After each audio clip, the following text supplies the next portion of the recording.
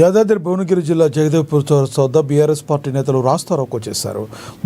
చౌరస్తా వద్ద రోడ్డు గుంతలమయం కావడంతో పలువురు మృతి చెందినట్లుగా ఆరోపించారు. ఘటన నిరసిస్తూ బీఆర్ఎస్ నేతలు భారీ స్థాయిలో మోహరించి ధర్నా చేపట్టారు.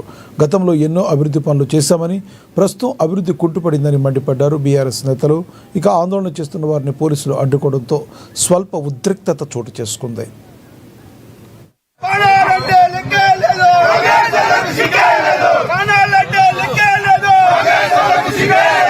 పార్టీ ఆధ్వర్యంలో ఈరోజు జగదేవ్పూర్ రోడ్డు మీద గత నెల రోజుల నుంచి 3 ప్రాణాలు బలిగొనడం జరిగింది.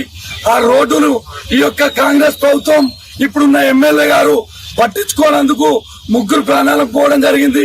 కావున మేమందరం కూడా బీఆర్ఎస్ పార్టీ పిలుపు మేరకు పట్టణ మరియు మండల శాఖ ఆధ్వర్యంలో ఈరోజు పెద్ద ఎత్తున ధర్నా చేయడం జరిగింది, నిరసన తెలపడం జరిగింది.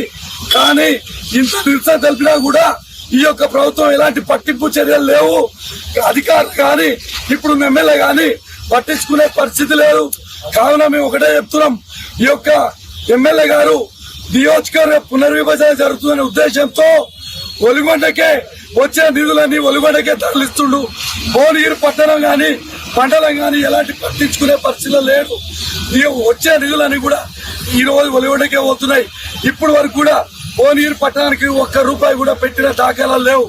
కావున ఇప్పుడు మేమందరం శాంతియుతంగా నిరసన తెలుపుతుంటే కూడా ఈ రోజు